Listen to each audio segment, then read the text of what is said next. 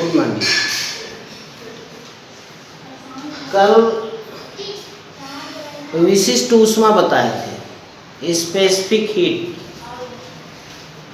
विशिष्ट ऊष्मा होती क्या है, इसको डिफाइन किया था।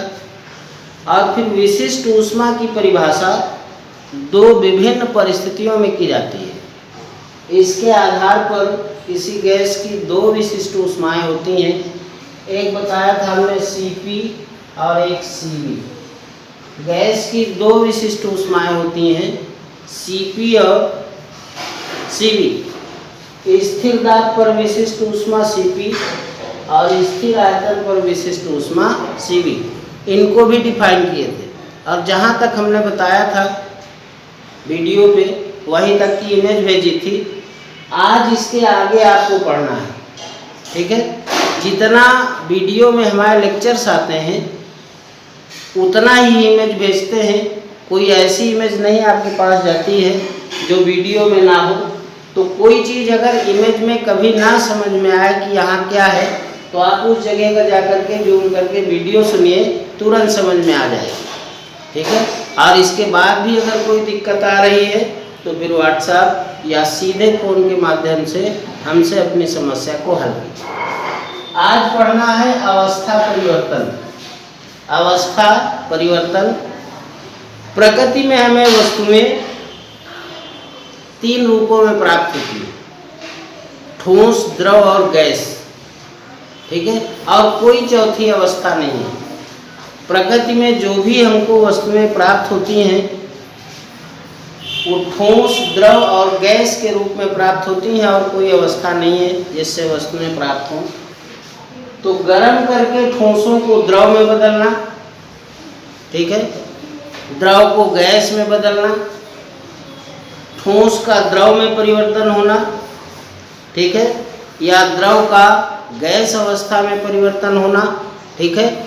और इसका उल्टा प्रक्रम भी चलता है। अगर इनको ठंडा करो तो गैस द्रव में चेंज होती है और द्रव ठोस में चेंज हो जाता है।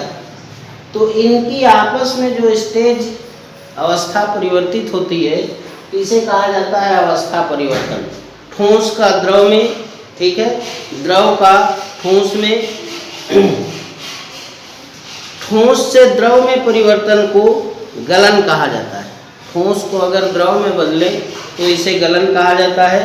और यदि सीधे ठोस को गैस में परिवर्तित कर दिया जाए तो फिर इसे ऊर्ध्वपातन कहा जाता है, ठीक है। तो ये अवस्था परिवर्तन, ये कोई बहुत ऐसी चीज़ नहीं है। ठोस, द्रव और गैस तीन अवस्थाएं हैं, इनका आपस में ट्रांसफॉर्मेशन करना, ठोस को द्रव में बदल देना, द्रव को गैस में बदल देना, या फिर इसका उल्टा, ठीक है। ये प्रक्रियाएं हैं। और ये गैस को द्रव में, द्रव को, देखिए ठोस द्रव में परिवर्तित होता है। पहले ठोस का ट्रांसफॉर्मेशन द्रव में होता है, परिवर्तन, चेंजमेंट। लेकिन कभी कभी ठोस सीधे गैस में बदल जाते हैं, ठीक है। कभी कभी ठोस सीधे गैस में बदल जाते हैं, तो फिर इसे कहा जाता है ऊर्ध्वपातन की क्रिया हो रही है, ठीक है। तो ठोस का द्रव में बदलना, ठीक है, ये गलन है। ध्यान से सुनिएगा, छोटी छोटी परिभाषाएं आया करती हैं। ठोस का द्रव में बदलना, ये गलन है। द्रव का गैस या वाष्प में बदलना, ये वाष्पन है। तो गलन हो गया आपका एक, दूसरा हो गया वाष्पन, ठीक है। और तीसरा हो गया आपका अवस्था परिवर्तन, ऊर्ध्वपातन। अगर ठोस को सीधे गैस में बदलते हैं तो ठोस का द्रव में बदलना, ठोस का द्रव में बदलना गलन है। द्रव का गैस में बदलना, ये वाष्पन है, ठीक है। और सीधे सीधे ठोस यदि गैस में परिवर्तित हो जाता है तो फिर इसे ऊर्ध्वपातन की क्रिया कहा जाता है। यदि दो बर्फ के टुकड़ों को मिला करके दबा दिया जाए, ठीक है, थोड़ी देर बाद इस दबाव को हटा लेने पर, जो दबाव देते हैं, अगर इस दबाव को हटा लें तो आपस में दोनों बर्फ के टुकड़े चिपक जाते हैं, इसे कहा जाता है पुनर्हिमायन। तो इतनी चीज आपको मिली यहाँ से, गलन, ठीक है, वाष्पन, गलन, वाष्पन और ऊर्ध्वपातन और पुनर्हिमायन, ठीक है। ठोस का द्रव में बदलना गलन, द्रव का गैस में बदलना या फिर वाष्प में बदलना, दोनों चीजें होती हैं। ठोस को द्रव में बदले तो गलन की क्रिया होती है, द्रव को वाष्प या फिर गैस में बदले तो वाष्पन की क्रिया होती है।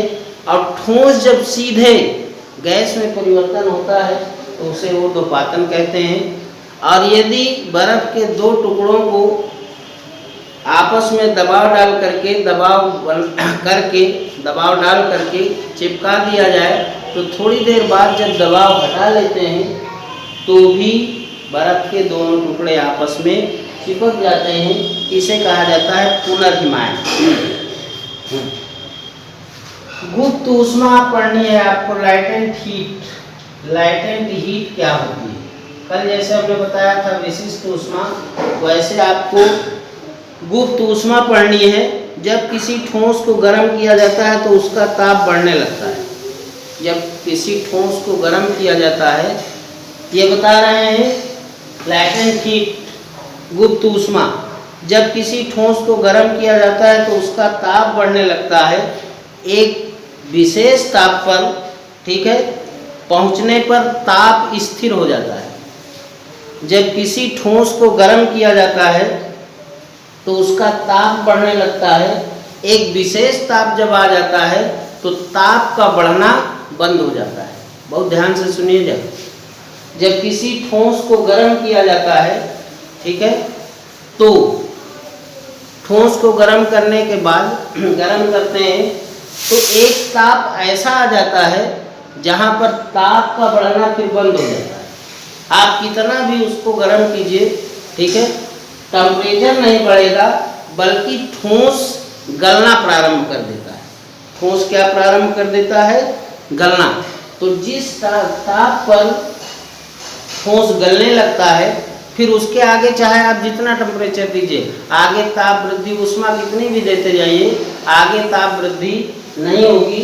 तो इसे कहा जाता है, जिस ताप पर ठोस गलना प्रारंभ कर देता है और फिर आगे ताप नहीं बढ़ता है, उस ताप को कहा जाता है गलन की गुप्त ऊष्मा। गलन की गुप्त ऊष्मा। और इसी तरीके से जब किसी द्रव को गर्म किया जाता है तो उसका ताप बढ़ने लगता है, कुछ देर बाद ताप स्थिर हो जाता है। जैसे ठोस में प्रक्रिया होती है कि ठोस को जब गर्म करते हैं, ताप बढ़ाते जाते हैं, तो एक ऐसा टेम्परेचर मिल जाता है, एक ऐसी स्टेज मिल जाती है जहाँ पर ताप का बढ़ना बंद हो जाता है। फिर आप चाहे जितनी ऊष्मा दीजिए, ताप नहीं बढ़ता है, बल्कि वहाँ पर ठोस का गलना शुरू हो जाता है। ठीक है, तो जिस ताप पर ठोस गलना शुरू कर देता है उसे कहा जाता है गलन की गुप्त ऊष्मा। इसी प्रकार द्रव में होता है, जब द्रव को गर्म करते हैं तो एक ऐसा ताप थोड़ी देर बाद, कुछ समय बाद ऊष्मा देते देते आ जाता है जहाँ पर ताप स्थिर हो जाता है। फिर आप चाहे जितनी ऊष्मा दीजिए, ताप नहीं बढ़ता है, वहाँ ताप का बढ़ना बंद हो जाता है। फिर द्रव उबलना शुरू कर देता है। जैसे ठोस गलना शुरू कर देता है, वैसे द्रव क्या कर देता है, वहाँ पर उबलना शुरू कर देता है। तो जिस ताप पर द्रव उबलने लगता है उसे कहा जाता है वाष्पन की गुप्त ऊष्मा। तो ठोसों के लिए होती है गलन की गुप्त ऊष्मा, द्रवों के लिए होती है वाष्पन की गुप्त ऊष्मा। ठीक है, मन से ध्यान से सुनिएगा। लैटेंट हीट बता रहे हैं, गुप्त ऊष्मा। तो गुप्त ऊष्मा पहले गलन की गुप्त ऊष्मा, ये ठोसों के लिए होती है। वाष्पन की गुप्त ऊष्मा या द्रवों के लिए होती है। ठोसों के लिए गलन ऊष्मा, गलन की गुप्त ऊष्मा, जिस ठोस पर, जिस ताप पर, वो स्टैंडर्ड टेम्परेचर जहाँ पर ताप का बढ़ना आके रुक जाता है और वहाँ पर ठोस गलना प्रारंभ कर देता है, उसे कहा जाता है गलन की गुप्त ऊष्मा। ठीक है। और इसके बाद जब द्रवों को ताप बढ़ाते जाते हैं, द्रवों को ऊष्मा देते हैं, बढ़ाते जाते हैं, तो एक ऐसी स्टेज मिल जाती है जहाँ पर ताप स्थिर हो जाता है, फिर वहाँ पर द्रव गलना शुरू कर देता है। तो जिस टेम्परेचर पर द्रव गलना शुरू कर देता है उसे कहा जाता है वाष्पन की गुप्त ऊष्मा। ठीक है। तो ये अवस्था परिवर्तन है ठोस से द्रव में। प्रकृति में सारी वस्तुएं हमको ठोस, द्रव या गैस की अवस्था में प्राप्त होती हैं। ठीक है। ठोस का द्रव में बदलना, द्रव का गैस में बदलना या टेम्परेचर बढ़ाने पर होता है।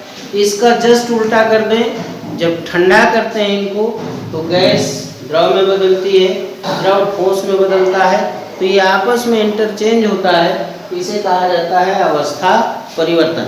ठीक है। गुप्त ऊष्मा अभी हमने बताया, गलन की गुप्त ऊष्मा और वाष्पन की।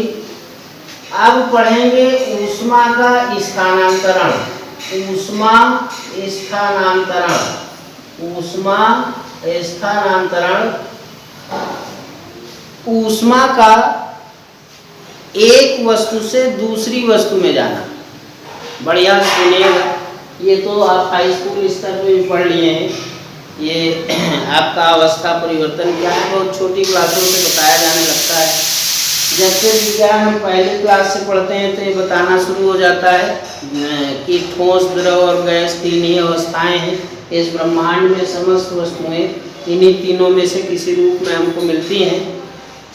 यहाँ से आपका इंटरमीडिएट का मेन कोर्स है ऊष्मा का स्थानांतरण, ऊष्मा हीट ट्रांसफॉर्मेशन।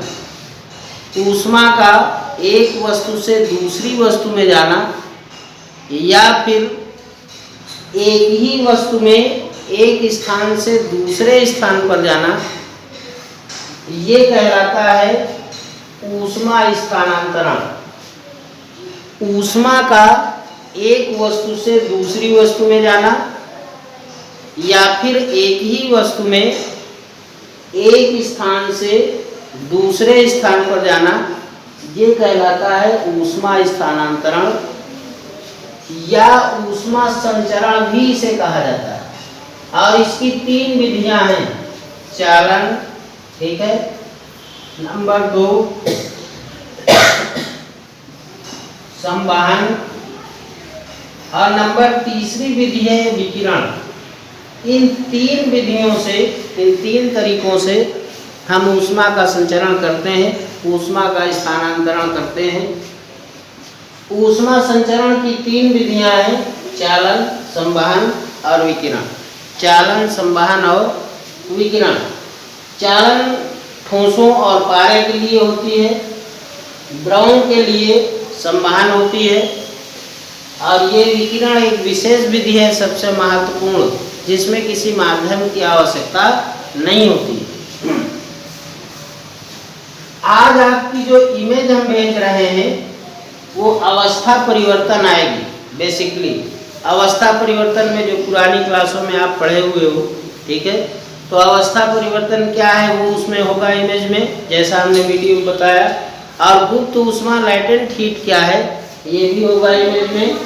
ऊष्मा का संचरण नेक्स्ट क्लास में हम इसका बढ़िया सा चालन, संवहन और विकिरण तीनों विधियों को बहुत अच्छे से डिफाइन करेंगे, बढ़िया लेक्चर्स आपको देंगे। इसके बाद फिर इसकी इमेज भेजेंगे, ठीक है, एक दिन में बहुत ज़्यादा ना हो। तो आज आपका जो इमेज आएगा, तो जितना वीडियो में हमने बताया अवस्था परिवर्तन होगा और गुप्त ऊष्मा होगी। इन तीनों विधियों को नेक्स्ट क्लास में, नेक्स्ट लेक्चर में फिर बताएंगे। तब तक के लिए